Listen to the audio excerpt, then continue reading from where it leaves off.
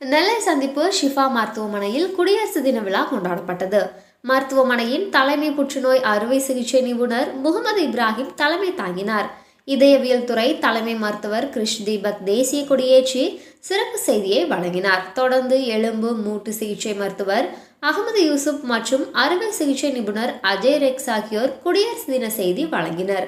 நிகழ்ச்சியில் ஷிஃபா மருத்துவமனை மருத்துவர்கள், செவிலியர்கள், ஊழியர்கள், ஷிஃபா அலைடு ஹெல்த் சயின்ஸ் கல்லூரி மாணவ மாணவிகள் மற்றும் பொதுமக்கள் பலர் கலந்து கொண்டனர். மருத்துவமனை மேலாளர் சுதர்சன் நன்றி கூறினார்.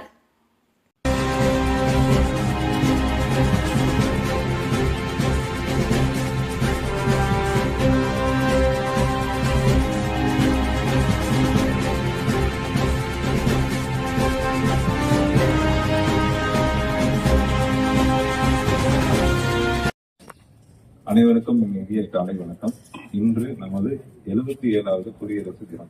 அதாவது சுதந்திரம் பெற்றது நம்ம 1947 இருந்தாலும் குடியரசு தினம் 1950 தான் உருவாக்கப்பட்டது.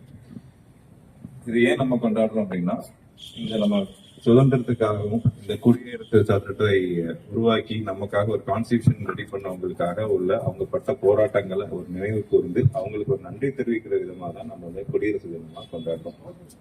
ஸோ நம்ம எல்லாருக்கும் தெரியும், ஆங்கிலேயர்கள் நம்மளோட இந்திய அரசை வந்து இந்தியாவை வந்து கிட்டத்தட்ட ஒரு 200 வருஷமா ஈஸ்ட் இந்தியா கம்பெனிங்கிற பேர்ல ஆண்டுகிட்டு இருந்தாங்க.